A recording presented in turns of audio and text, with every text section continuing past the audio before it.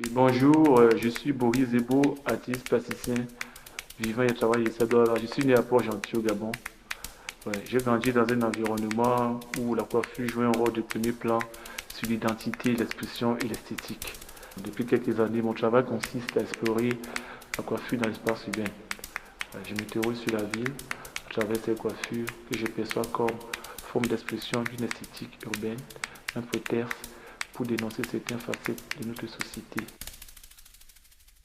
Donc pour moi, la coiffure, c'est une architecture, une manière de construire, de déconstruire, une architecture capulaire. Mais quand les choses sont mal, on peut un peu soigner. Mais pourquoi aussi notre environnement, on ne fait pas s'appliquer aussi sur ça, comme on s'applique sur nos coiffures pour avoir une esthétique. Quand je parle d'environnement, je parle d'environnement, que ce soit politique. Il y a plein de mœurs qui sont mauvais. Je vous mets du thème. Il y a même social, il y a des trucs qui se passent pas bon. Il y a même culturel, il y a des guerres entre des égos qui se créent. Il y a tout ça quoi. Donc pour la coiffure n'est qu'un prétexte que j'utilise. On a pour d'éviter tout ce qui est tout autour. Ça me pousse à travailler, à développer mon travail. Et aussi, bon, j'ai grandi dans un environnement où je suis entouré, j'ai été entouré beaucoup de coiffeurs.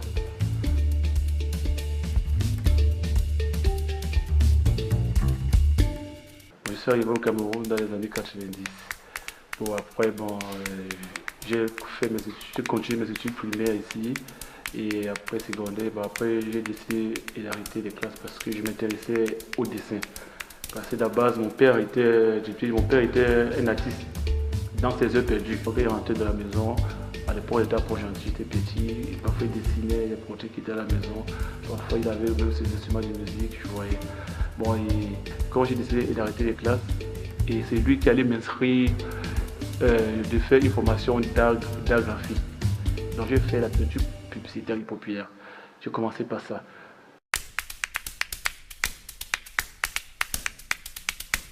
Et après 3 ans de ça, je me suis rendu compte que non, c'est pas là que je vais faire. C'était faire des commandes. Parce que j'avais beaucoup de choses que je faisais, comme des commandes d'art. Et c'est ça aussi qui m'aidait parfois à avoir de l'argent pour financer mon travail d'art plastique. Bon, c'est comme ça que je fais l'effort de m'approcher vers le milieu de l'art. Je rencontre un monsieur qui est au nom de Coco Comenius, l'un des parents des patriarches de l'art. C'est comme ça que je m'intègre dans la plastique. Ils avaient organisé à Bali ce qu'on appelle le squat art. Et bon, comme j'étais plus jeune, ils m'ont dit que non, toi, ton rôle que tu vas faire, tu seras un porteur d'eau. Tu ne peignes pas. Il y avait toutes ces générations d'artistes qui étaient là. En 2001, maintenant, bon, là où ils m'ont donné ma chance, ils ont fait maintenant aussi ce qu'on appelle un squat à tout. Bon, ils m'ont donné ma chance de m'exprimer. C'est pour ça que je me suis intégré au milieu d'art et d'art plastique. Bon, il y a 2007, bon, j'ai la chance de rencontrer aussi un monsieur Pierre son âme, on l'appelait, il avait un lieu d'art, on l'appelait Goudilé. Bon, ce sont des gens qui ont vraiment cru à mon travail. Bon, là-bas, j'ai fait 3 mois sans dessiner ni peindre. Donc, j'ai tout eu un échange entre lui et moi. Donc, j'ai beaucoup étudié l'histoire de l'art, là où j'ai découvert l'histoire de l'art. C'est tout ça qui m'a mûri et sorti là, bon, là où mon travail a pris une autre ampleur, ce que les gens voient. J'ai eu des idées nouvelles, donc je peux parler de mon travail sans crainte, tout un peu. Oui, moi j'ai beaucoup admiré Ketari.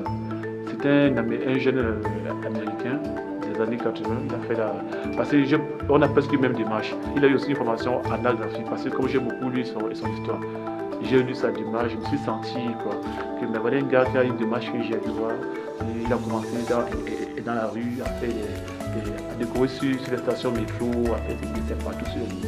Et il a eu le courage, le risque de déporter ce travail pour le mettre dans un cadre contemporain, mais avec une autre démarche qui n'était pas la démarche qu'il faisait. Et le message que je retiens, c'est le message de paix, de solidarité, que chacun ait une prise de conscience, soit en voyant mon travail, d'essayer de comprendre ce que je veux dire.